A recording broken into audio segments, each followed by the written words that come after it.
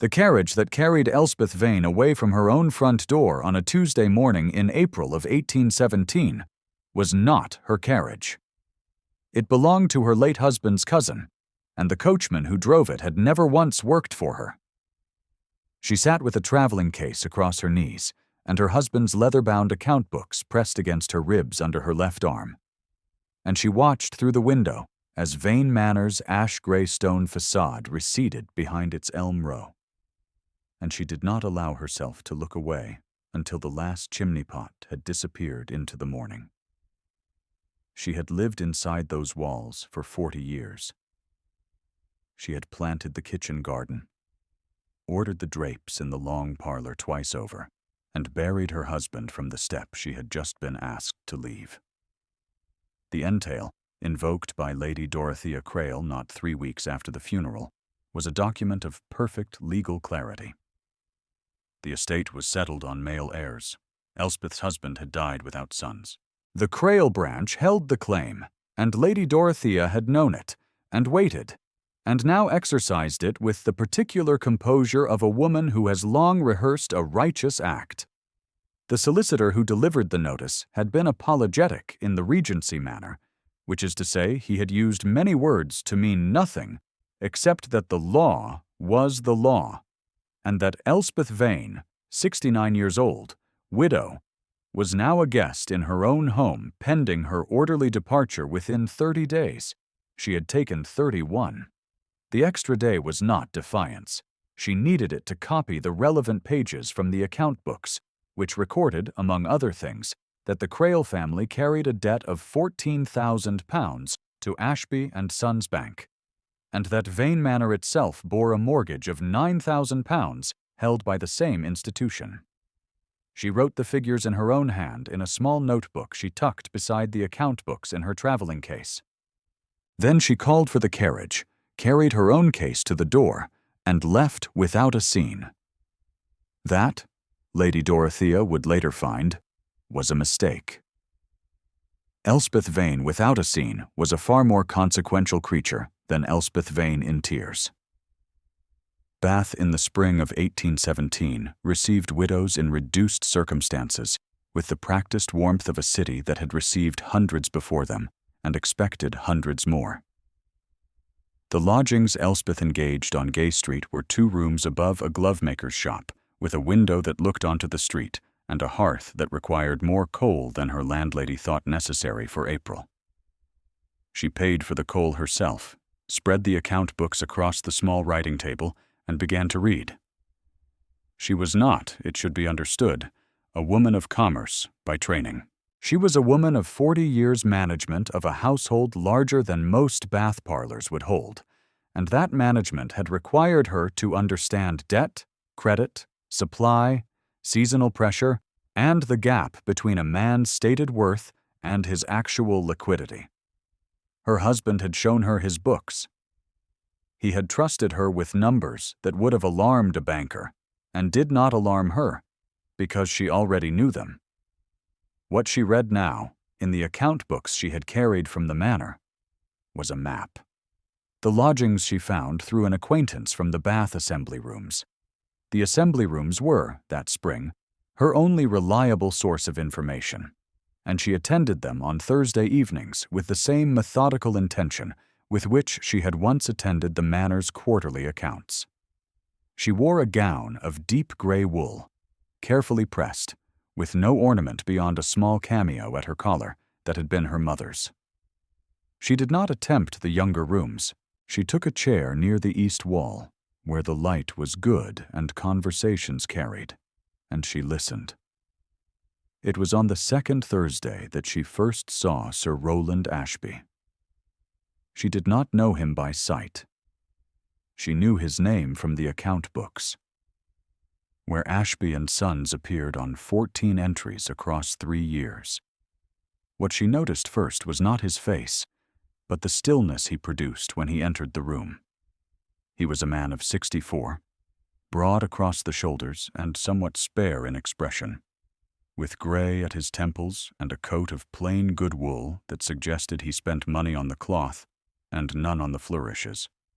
The room did not hush when he entered, but a small radius around him organized itself differently, the way a room adjusts when something heavy and reliable is set down in it. He crossed to speak to a group near the musicians' gallery. He did not look toward the east wall. Elspeth noted him, returned to her conversation with a Mrs. Phelps, whose husband had been a wool merchant, and thought no more of him that evening. She thought more of him the following morning, when she returned to the account books and considered what it meant that £14,000 of Crail family debt and £9,000 of Vane Manor mortgage were both held by one private bank, whose current director was a man who stood like something settled and unarguable at the edge of an assembly room. It was Agnes who noticed it first. Agnes Vane was Elspeth's granddaughter by her eldest son, widowed at 22 after barely 2 years of marriage, who had followed her grandmother to Bath with the stated intention of providing company and the unstated intention of not being left alone in a house full of her late husband's family. She was a slight young woman with her grandmother's dark eyes and her own particular quality of quiet, which was different from Elspeth's. Where Elspeth's stillness was chosen, Agnes's was earned and still a little raw at the edges. Agnes had taken the room next to Elspeth's on Gay Street, and she attended the assembly rooms on alternate Thursdays when Elspeth could persuade her. And it was she who, on the third Thursday, said in a low voice as they found their chairs, "That man by the window is watching you, grandmother." Elspeth did not turn immediately. "Which man?" "The gray-templed one. He has been standing there for 5 minutes, and he has looked at everything in the room except you. And that is not the same as not watching." Elspeth permitted herself to look.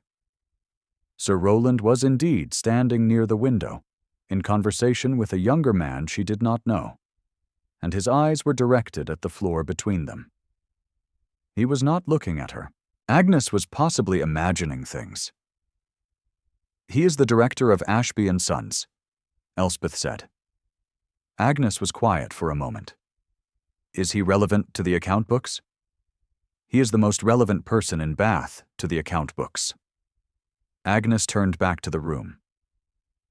"Then I would say, he is watching you with considerable purpose." Elspeth did not permit herself to agree aloud.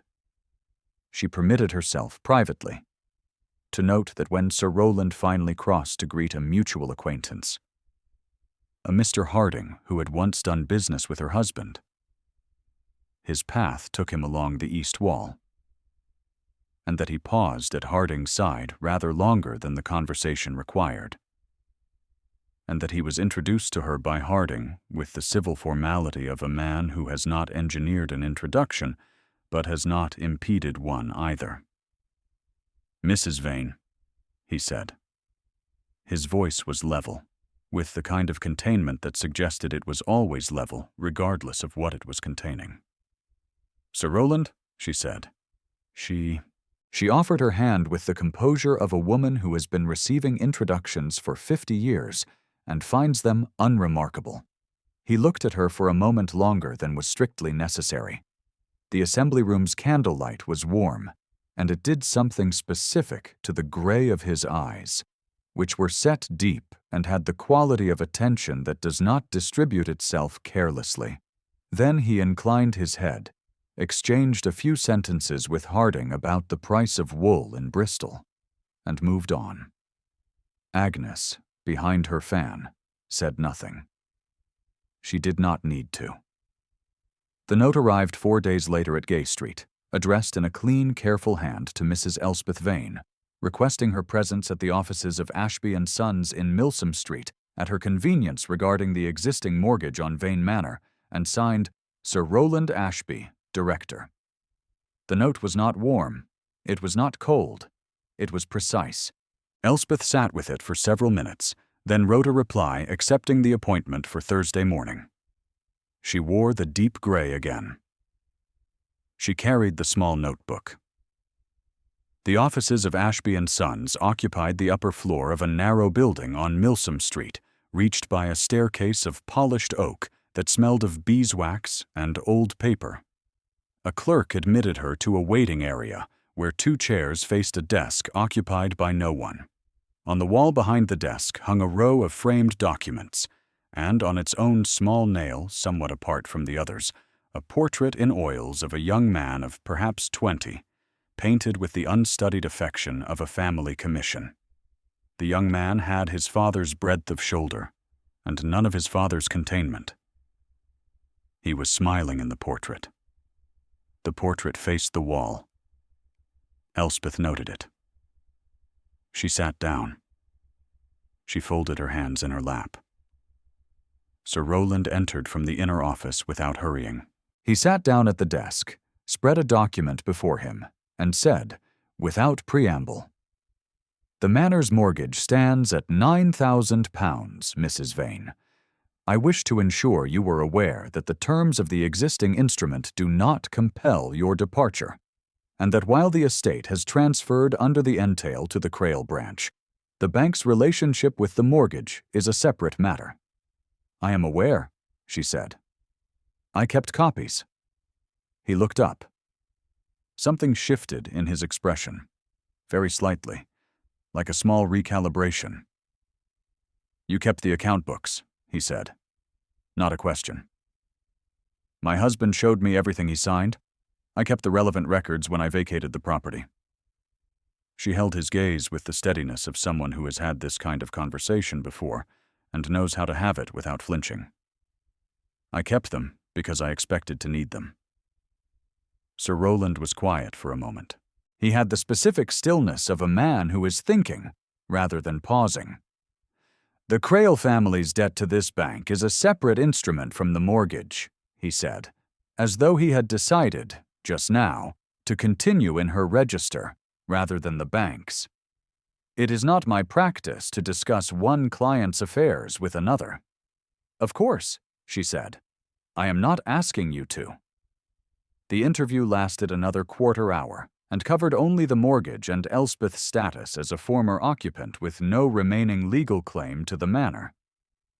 Sir Rowland explained the bank's position with the clarity of someone who has given difficult information before and does not ornament it. Elspeth listened. She asked 2 questions. He answered them without qualification. When she rose to leave, she paused at the door and said, "Because it was true, and because the portrait's position had been bothering her since she sat down." "The frame is crooked, Sir Rowland." She meant the document on the left. She looked at the portrait turned to the wall as she said it, and she let the ambiguity stand. And she left. She heard later from Agnes, who had developed a habit of collecting information from various Bath drawing rooms with the quiet efficiency of a woman who has learned that useful things are said when people believe they are talking to someone decorative, that Sir Rowland Ashby's only son had run up debts of £6,000 at a London gaming house in the winter of 1814, and had been discovered dead of a self-inflicted wound in his chambers in the spring of the same year. Sir Rowland had paid the debts from the bank's capital. He had turned his son's portrait to face the wall. He had run the bank ever since on the stated principle, documented in his own correspondence, that the extension of credit was a moral act, and therefore mercy was not its natural companion. Elspeth sat with that information for a long evening. She thought about the £6,000, which was less than half the Crail family's current debt, and about the portrait facing the wall, and about a man who had turned away from mercy because the one time he had practiced it, the person he loved most had used it to destroy himself. She did not allow herself to feel superior. She knew what it meant to build something slowly and find it gone. Not through your own failing, but through the law's perfect indifference to your 40 years of care. She put the notebook away and went to bed. If you have found Elspeth's story resonating with you, you are in good company, and if you wish to follow the rest of it, this channel carries many more like hers. Stay, and hear the rest. The Bath Social Seasons calendar arranged itself that spring around a series of public balls at the lower rooms, and it was at one of these, the third of the season's 4, that Lady Dorothea Crail made her appearance with her daughter Margaret on her arm and her position on her face. Margaret was polished in the particular way of a young woman who has been told from childhood that she is the correct choice for every room she enters, and she wore diamonds for an occasion that did not quite require them, which Elspeth read as a small declaration. Lady Dorothea found Elspeth within 10 minutes of entering, which Elspeth took as a confirmation that she had been looked for. She was standing near the eastern staircase with Agnes and a Mrs. Compton, whose late husband had been a physician, and Lady Dorothea approached with the measured grace of a woman who has never in her life arrived anywhere by accident. "Mrs. Vane," she said, with the warmth of a woman who intends the warmth to function as its opposite. "How unexpected. I had not thought you would find the lower rooms to your taste in your present situation." "Any room with good light is to my taste," Elspeth said. Lady Dorothea smiled at a point slightly past Elspeth's left shoulder, the way one smiles at a view one does not find particularly engaging. "Brave of you," she said, "to continue the season. Most women in your position find the social life rather more than they can support." She turned to Agnes, widened the smile, and said, "And your granddaughter, the little widow. How companionable you both must find it." She moved on before either of them could answer, trailing Margaret and a faint cloud of rosewater. And Mrs. Compton, beside Elspeth, made a sound that was not quite charitable. "She means to be kind," Agnes said, with a flatness that meant she did not believe it. "She means to be accurate," Elspeth said, "and she is wrong, which is worse for her than for us." She did not look across the room to where Sir Rowland stood with a group near the musician's end. She did not need to. Agnes told her later that he had watched the exchange with the particular quality of stillness he sometimes produced, the one that looked like detachment from a distance, and, Agnes said carefully, did not look like detachment from nearby. The witnessing happened on a Wednesday.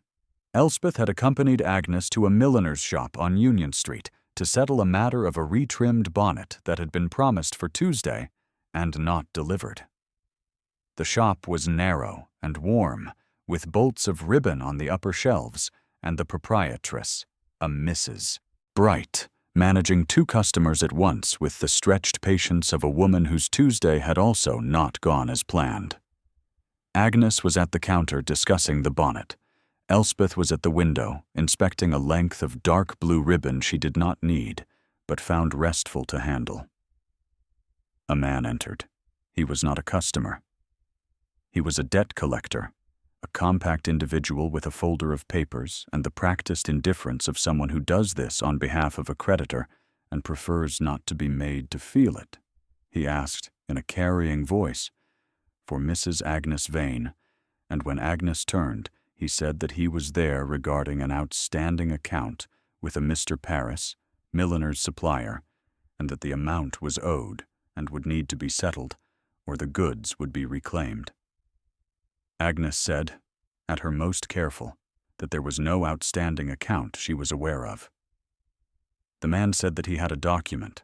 Elspeth set down the ribbon. She crossed to the counter. She looked at the document, which named a debt of 9 shillings, attributed to a Mrs. Agnes Vane, and she said, in a voice that was entirely level and carried exactly as far as it needed to, "The account named in that document belongs to a Mrs. Agnes Vane of Clifton. My granddaughter is Mrs. Agnes Vane of Gay Street, Bath, and she has no account with Mr. Paris, whose shop is in Clifton and with whom she has never traded. You may verify this with Mrs. Bright, who can confirm when my granddaughter first visited this establishment." The man looked at the document. He looked at Mrs. Bright, who confirmed with some firmness that Agnes had been a customer for exactly 3 weeks. He looked back at Elspeth, who was holding his gaze with the patience of a woman who has stood her ground before larger obstacles than a man with a folder. He left. Agnes let out a breath. Mrs. Bright said something complimentary. Elspeth returned to the ribbon. She did not see the carriage on the far side of Union Street. Agnes did. Agnes said softly, when they came out 10 minutes later, "Sir Rowland's carriage has been standing there since before that man came in." Elspeth looked. The carriage was there. It bore no markings she could read from this distance, and it pulled away before she could be certain. "You may be imagining things," she said. "I may be," Agnes agreed. "I am often right about what I imagine."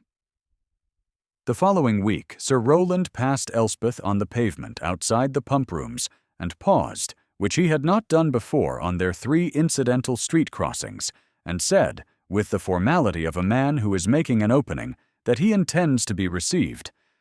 "Mrs. Vane, I hope Gay Street is comfortable." "Quite comfortable," she said. "The coal is expensive, and the light is good." He was quiet for a moment. "I hope," he said, choosing his words with the care of someone handling something he does not want to break, "that Bath has not been entirely without its compensations." She looked at him directly. "It has had 1 or 2, she said. She kept her voice neutral. She kept her face composed. She was, after all, 69 years old, and she had not survived 40 years of a complicated household by showing everything she felt. He inclined his head, held her gaze for a moment that she felt at the back of her wrists, and walked on. Agnes, walking beside her, said nothing for a full half-minute. Then she said, "1 or 2. "Do not," Elspeth said. The second voicing came at the Crescent Garden party in late June, where Lady Dorothea received her guests under a striped canopy, with Margaret arranged beside her like a deliberate argument. Elspeth arrived with Agnes and Mrs. Compton and was received by the hostess of the party, who was not Lady Dorothea, and therefore welcomed her warmly. Lady Dorothea found her within 20 minutes. "Mrs. Vane." She said it in the particular register that turns a name into a category. "I see you are keeping yourself occupied. One hears such admirable things about your resilience." The word resilience settled on the air between them like something sticky. "Naturally one feels for you. Your situation is so very particular. A woman of no present consequence, managing as best she can." Mrs. Compton inhaled sharply. Elspeth said, "You are generous, Lady Dorothea." "One tries," Lady Dorothea said. She moved away with Margaret at her side, and Margaret cast one backward glance at Agnes that contained, Elspeth noted, a great deal of appraisal and very little warmth. That evening, in the lodgings on Gay Street, Elspeth opened the small notebook to the page where she had written, "Crail family debt to Ashby and Sons, £14,000. Manor mortgage, £9,000. She added a third line below both, "Ashby and Sons, Private Partnership Bank. Shares held by 4 parties. 2 of the 4 are known to be seeking a buyer for combined interest sufficient for control." She had learned this from Mr. Fenn. Mr. Fenn was a Bath solicitor she had engaged 3 weeks after arriving, on the recommendation of a Mrs. Hartley, whose late husband had used him for the settlement of a Bristol property. He was a small, precise man with spectacles, and the particular competence of someone who is not brilliant, but is thorough, and thorough, Elspeth had found over 69 years, was the more reliable virtue. She had shown him the account books. She had told him what she wanted to understand. He had taken 3 days and returned with an answer she had half expected. The bank's 2 minority partners, a Mr. Sutherland and an elderly Mr. Graves, had been quietly attempting since the previous autumn to find a buyer for their combined shares, which together amounted to just over half the partnership. £11,000, Mr. Fenn said, would secure them. Elspeth had £11,000. It was what remained of her marriage portion, which she had invested in the consuls 30 years ago on advice from her husband's own solicitor, and which had grown with the patient indifference of well-managed capital. She had not touched it, because there had been nothing worth touching it for. She told Mr. Fenn to proceed, on the understanding that the transfer be conducted privately, and that Sir Rowland Ashby be notified only when the instrument was complete. Then she waited for the autumn ball. She did not wait passively. She attended the lower rooms twice more. She walked in the Crescent Gardens with Agnes on fine afternoons. She read, and wrote letters, and trimmed a plain evening gown herself rather than send it to a seamstress, and she exchanged 3 more encounters with Sir Rowland that she counted carefully. The fourth of the 3 happened at the edge of the Crescent Garden one evening when the light had gone amber and the air had the particular softness of a Bath autumn that has not yet made up its mind to be cold. He was walking alone, which she had not seen him do before, and he paused when he saw her and fell into step beside her without asking, which she found she did not object to. They walked for perhaps 10 minutes. He spoke about the city, and about a drainage question in the lower streets that had been before the corporation for 2 years without resolution, and about a proposal to extend the pump rooms. She spoke about the drainage question, because it was a real question, and she had opinions about it, and about the pump rooms extension, and about what it was like to see one's own household accounts clearly enough that you could predict trouble 6 months before it arrived. He was quiet after that. Then he said, "That is a rare thing in a woman." She looked at him sideways. "Or in anyone," she said. He absorbed this. "Yes," he said. "Or in anyone." He said it with something in the syllables that she could not entirely read, and she was not accustomed to not being able to read syllables. Agnes, waiting at the garden gate, watched them approach, and then carefully looked elsewhere until they were closer. It was 3 days after this walk, which had loosened something in the way she thought about the next months, that the Bath public ball took place, and Lady Dorothea chose her audience. The lower rooms were full. It was the last ball of the Bath season before the autumn country schedules dispersed the city's assembled company to their estates and their obligations, and the room held 200 people in its best candlelight, with all the specific brightness of an occasion everyone knows is ending. Elspeth wore the plain gray again. Agnes had persuaded her to add a narrow trim of dark blue ribbon at the collar and sleeves, and she had agreed because it was her mother's color, and because Agnes had trimmed it herself. Lady Dorothea arrived late, when the first set was already formed, with Margaret beside her and 3 other women whose names Elspeth knew and whose company they kept. She swept the room with the confidence of a woman who enters her own territory, and she found Elspeth within minutes. She did not approach privately. She stopped near the center of the room, within clear earshot of 24 guests, and said in a carrying voice that did not require raising, "Mrs. Vane, I had almost not expected you this evening. I had heard you were finding the season rather beyond your present means."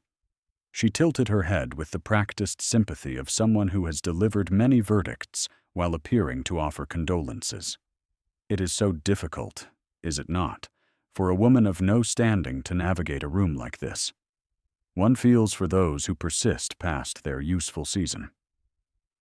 She turned to Margaret beside her and said, in the same carrying voice, "I think we must forgive her persistence." Poor thing. The room did not go silent. It did something worse than silence. It redistributed. Conversations paused, resumed at lower registers, and then paused again. Elspeth stood very still. She was aware of Agnes at her shoulder, who had gone rigid, and of Mrs. Compton at her other side, who had drawn a sharp breath. She was aware of Sir Rowland, somewhere to her left, who had been near the east wall, and was now, she knew without looking, entirely still. She said nothing. She looked at Lady Dorothea for a long moment, with the specific quality of attention that she had once directed at the account books. Thorough, measuring, and entirely without fear. Then she turned, set down her glass, and walked toward the door with the composure of a woman who is leaving because she has decided to leave, not because she has been driven out. Sir Rowland did not follow her. He did not speak.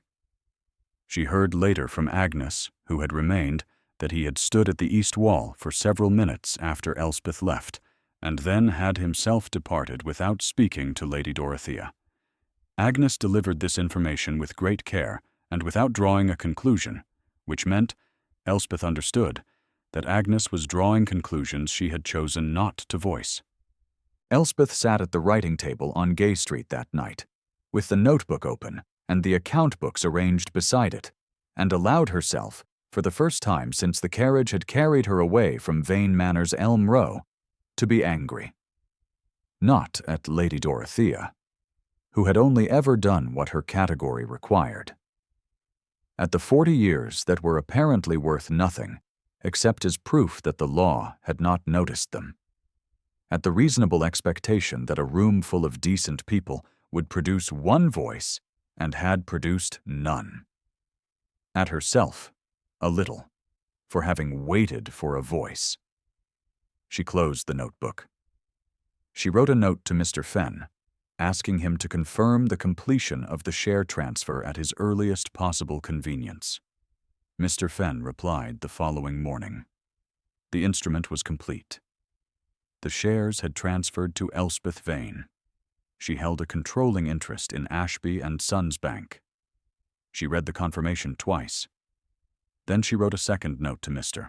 Fenn, asking him to accompany her to Vane Manor for the Crail family's autumn estate dinner, to which Lady Dorothea had, with the confidence of a woman who owned the place, sent Elspeth an invitation she had clearly expected to be declined. The autumn estate dinner at Vane Manor was the first Friday in October, and Elspeth arrived in a hired carriage with Mr. Fenn beside her and Agnes across, wearing a gown of deep blue wool that had been made for her in Bath that September, and that fit her as her old gowns had fit before 40 years of someone else's household had worn the softness out of her posture. The cameo was at her collar. The account books were in the traveling case. She did not carry the traveling case inside. She had sent no notice of her attendance. She had accepted the invitation, which was notice enough. The Manor received them at the door by a footman who was new, hired by Lady Dorothea since the spring, and who therefore did not recognize Elspeth, and who admitted them into the front hall with the automatic courtesy of someone performing a function. The hall smelled of the same beeswax and old plaster she had always known, and the painting of her husband's grandfather still hung at the first-floor landing, and the kitchen passage door still had the slight warp at the bottom hinge that she had been asking the carpenter to address for 3 years. She noted all of this without expression. The drawing-room before dinner held perhaps 30 guests. Lady Dorothea was at its center, wearing dark red silk and the authority of the correctly positioned. Margaret was beside her. Several of Bath's autumn company were present, including Mrs. Compton, who saw Elspeth enter and produced an expression of careful attention. Agnes took a position near the windows. Mr. Fenn stood at Elspeth's shoulder with his folder of documents, which he carried with the unself-conscious professionalism of a man who has attended many rooms with documents and sees no reason to conceal the fact. Sir Rowland arrived 7 minutes after Elspeth. He entered without announcement, as men of his standing rarely need to be announced, and he crossed the room to Lady Dorothea with the directness of a man who has decided something and does not intend to revise it. Lady Dorothea received him with warmth and the particular pleasure of a woman who believes the room is arranged to her satisfaction. "Sir Rowland," she said, "you are very welcome." "Thank you," he said. Then he looked across the room to where Elspeth stood near the fireplace, and he held the look for a moment that the room's nearest dozen people registered without being able to agree on its meaning. "I believe there is a matter of business to address before dinner, Lady Dorothea." Lady Dorothea's expression adjusted, very slightly, in the manner of a woman recalculating. "Business," she said. Surely not this evening. I think this evening is precisely correct, he said. He turned to Mr. Fenn and nodded. Mr. Fenn opened his folder with the quiet efficiency of a man who has waited for this particular moment and finds it satisfactory. Lady Dorothea Crail, he said in the carrying voice of a solicitor addressing a room, I am instructed to advise you that the shares of Ashby and Sons Bank, held by Mr. Sutherland and Mr. Graves, have been transferred, by private instrument dated the 14th of September, to Mrs. Elspeth Vane. Mrs. Vane holds a controlling interest in the bank. In that capacity, she holds both the existing mortgage on Vane Manor and the outstanding Crail family debt of £14,000. He closed the folder. I am also instructed to advise you that Mrs. Vane proposes no immediate action on either instrument, and that she has requested this company be informed in person rather than by correspondence, as a matter of courtesy. The room was very quiet. Lady Dorothea looked at Elspeth. Something moved in her expression. That was not precisely fear, but was the thing that lives adjacent to it when a woman of her specific confidence first encounters a door she did not know existed, now closed, and realizes the key is in someone else's hand. Margaret, at her side, had gone pale in the particular way of someone whose procedural certainty has just lost its footing. Elspeth met Lady Dorothea's gaze steadily. She did not smile. She did not press her advantage. She simply stood in her own front room, in a gown that fit, and waited. Sir Rowland crossed to her. He stood beside her, not in front of her, which she noticed.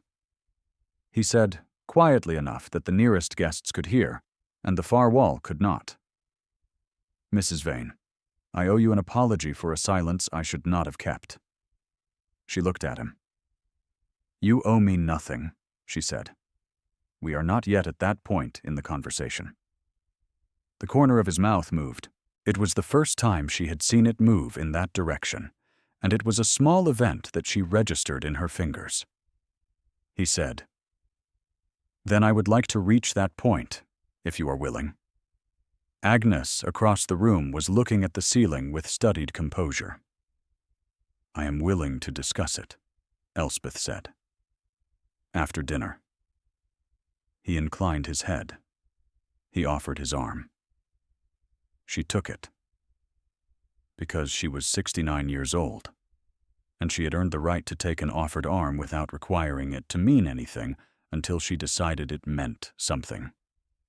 Lady Dorothea, to her credit, collected herself within 2 minutes. She did not make a scene. She spoke to Mr. Fenn, briefly, in a low voice that Elspeth could not hear and did not attempt to hear, and then she managed the room's transition to dinner with the trained composure of a woman who has hosted 100 dinners and will manage this one too, because that is what women of her kind do. It was, Elspeth thought, almost admirable. The hierarchy does not often correct itself gracefully. Margaret ate her dinner in quiet and left before the tea was brought out. After dinner, when the drawing room had reassembled itself and the candles had burned lower and the autumn dark had settled against the long parlor windows, Sir Rowland found Elspeth near the bookcase that held the volumes she herself had ordered over 30 years and never stopped thinking of as hers. He stood beside her and looked at the shelves. Your husband's library, he said. Mine, she said.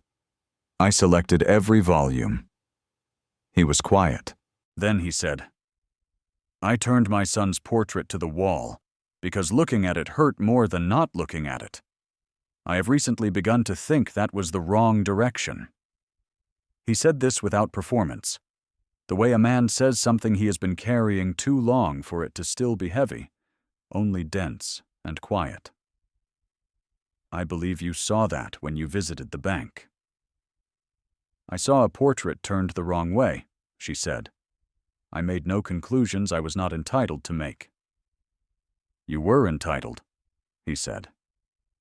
She looked at the shelves. She thought about a man who had extended mercy and watched it become ruin, and about a woman who had spent 40 years building something and watched the law dissolve it in an afternoon, and about how the two of them had arrived, by entirely different roads, at the same Bath autumn with the same quality of attention and nowhere adequate to spend it. She said, "Your son made his own choices, Sir Roland. The credit you extended did not make them for him. I imagine you know that." He was silent for a long time. "I am beginning to know it," he said. The warmth in that admission was something she felt at the back of her throat, which surprised her. She was 69 years old. She had thought she was past being surprised by her own body. She looked up at him.